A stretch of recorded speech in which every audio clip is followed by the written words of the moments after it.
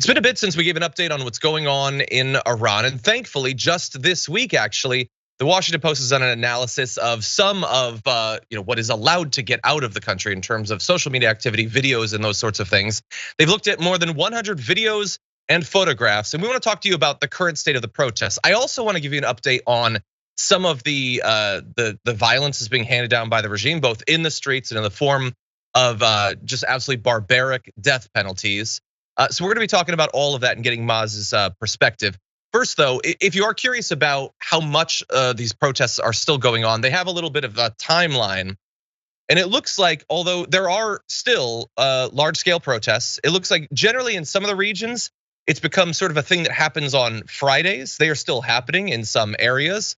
But there's also a different form of protesting that is going on. People who I think are rightly worried about being rounded up in these mass arrests, being beaten or shot in the streets, or hauled off to kangaroo courts and receiving the death penalty.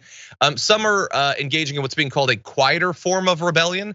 Apparently, many women are now walking outdoors without a headscarf, but not necessarily participating in the actual protests that draw the eye of the security forces more.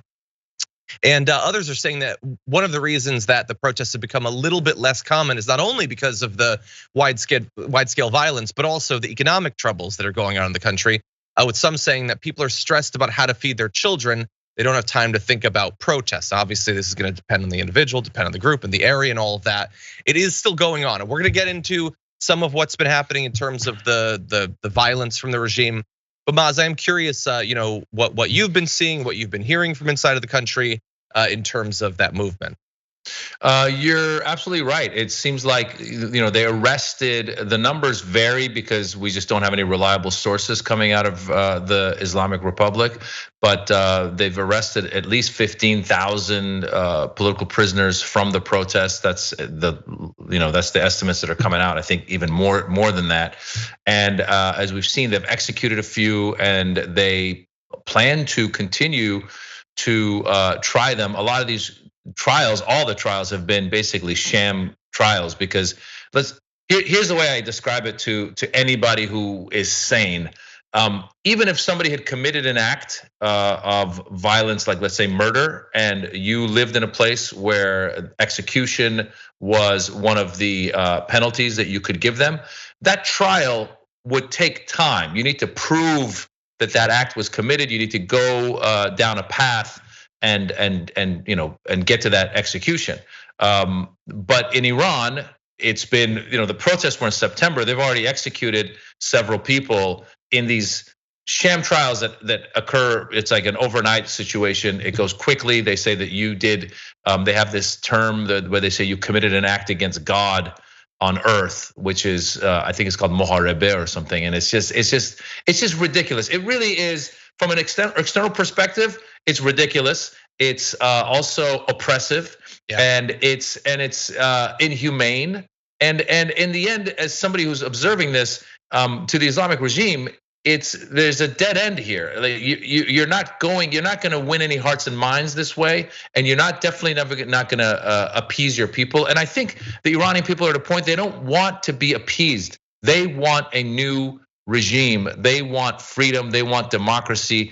The Islamic regime has basically taken them hijacked for 43 years, and they've oppressed them and told them what they can and cannot do.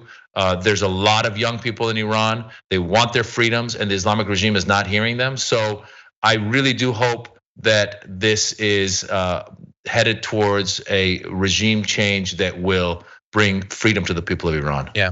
Yeah, I certainly hope so. I don't.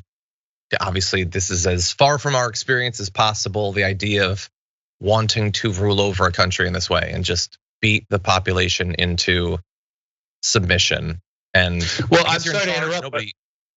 I'm sorry to interrupt, but I will actually. I would argue with that, in that Americans don't realize that the religious right is in the process of creating what the Islamic regime did. Because before '79, before the revolution of '79, Iran it had its problems. The Shah had a secret police. There was a lot of issues going on. At the same time, though, it was not as oppressive as it is now. Women didn't have to cover themselves up. There wasn't an attack on women in that sense. But what happened as soon as the Islamic regime came in, they took away women's rights, then went after LGBTQ rights, and then went after other religious minorities. So already we see in America last year, when they take away a woman's right to choose, Roe versus Wade, we know that a majority of Americans support the right of a woman to choose. But a religious minority was able to pass this law, and then Clarence Thomas in the decision said, we're going after gay marriage next. So I'm here to say Iran is a cautionary tale of what could happen if you let the cuckoos continue to get their way with the things that they're doing, including things like DeSantis just this past week saying you can't teach Black history in AP classes in Florida. So there you have it. Yeah, you're 100% right. Just to clarify, I don't mean that there's no parallels. I just mean that me as a person, I cannot conceive of wanting to be a member of a regime like that, knowing the effect that you're having on all these people who are supposed to be your countrymen and women. Like, I don't understand it when it's politicians here. I guess nice houses are nice. It's nice to have a Bentley or something, but when the only effect you have on the world is evil, I don't understand it. But that's what we're seeing being acted out. And there are still people, like I said, protesting every day. It's incredibly brave considering what's already been done. This is not hypothetical. I mean, even in the beginning of this particular wave of protests, it was a hypothetical. We'd seen state violence against protests in Iran many times before, but now you see the mass arrests, you see the summer executions, and people are still going out, and that's incredibly brave. They're facing beatings in the streets, mass arrests, in some cases, security forces just opening fire with live ammunition on protesters. We have news coming from human rights activists there says also, when and Maz alluded to this with not being able to trust the numbers of those who are arrested. What about, for instance, the number of people who've been shot by the security forces? Well, you might think, well, if they've been shot, then they're gonna want people to know that. Yeah, but do they? Like the human rights activists are saying, they get shot, they don't go to the hospital because they're worried that if they do, the security forces will come and will arrest them. Like, think about the effect that has on a population, believing that even if they are brutalized by the regime, they have to keep it to themselves, because then if they don't, then the job might be finished. And you've got at least 20,000 people having been detained. I mean, God only knows how representative that actually is.